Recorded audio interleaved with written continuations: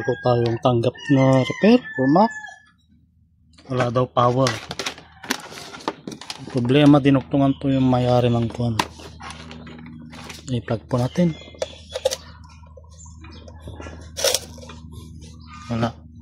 Ayaw mag-charge. Ay, sorry.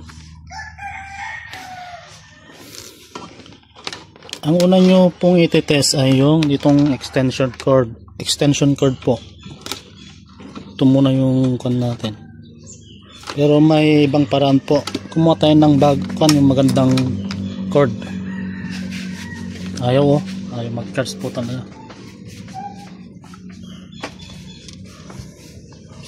Dito po lumalabas po yung charging kuwan niya. Tanggalin po natin. Tapos kumuha tayo ng ibang cord. Baka yun lang po yung problema. I-check ko na lang po mamaya to kung asan po yung kuwan problema. Ito ba o yung itong Bluetooth. Ito na po yung kuwan. Magandang klaseng kuwan. The moment of truth.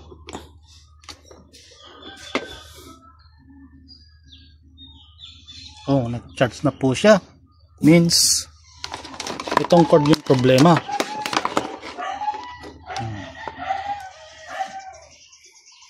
Kaya ang ipipix natin, baka wala pang pambili yung may-ari. Ito na lang po. I-trace ko na lang po kung nasan po yung problema po niya. Papagandahin natin ito. Iwan ko baka dito yung may problema. Ito. Ito. Hanap ko na po yung problema. Ano?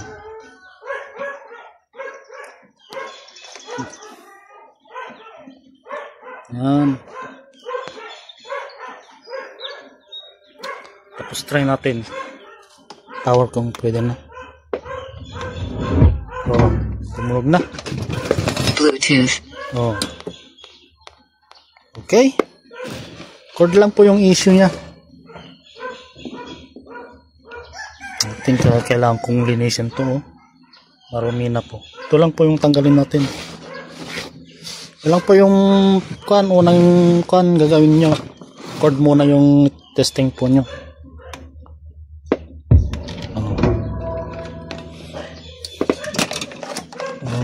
Kuhan ko muna to. Yan lang muna yan. I-charge na lang muna natin. Tapos i-trace ko na lang po yung kuhan. Ay, hindi na pala na-trace na pala natin. Yung pala yung problema.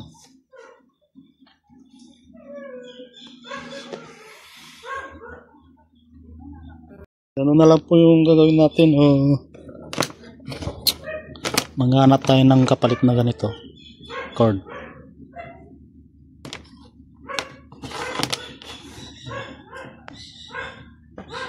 Push ko muna tapos maghanap ko ng cord na iba. Ano po, marami po akong kasing spare. Ito.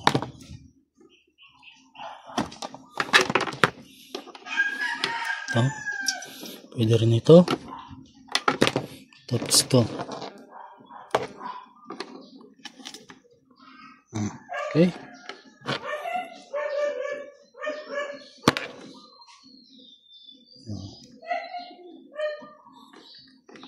Tapos linisin ko na lang po siguro to.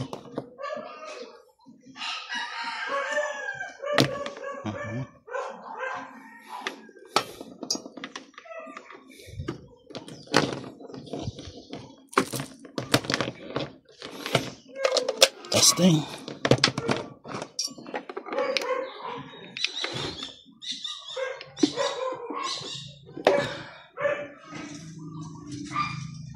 Okay. Ito na lang po siguro binta ko sa may-ari. Original pa ito. Ito wala na po ito. Junk na po ito.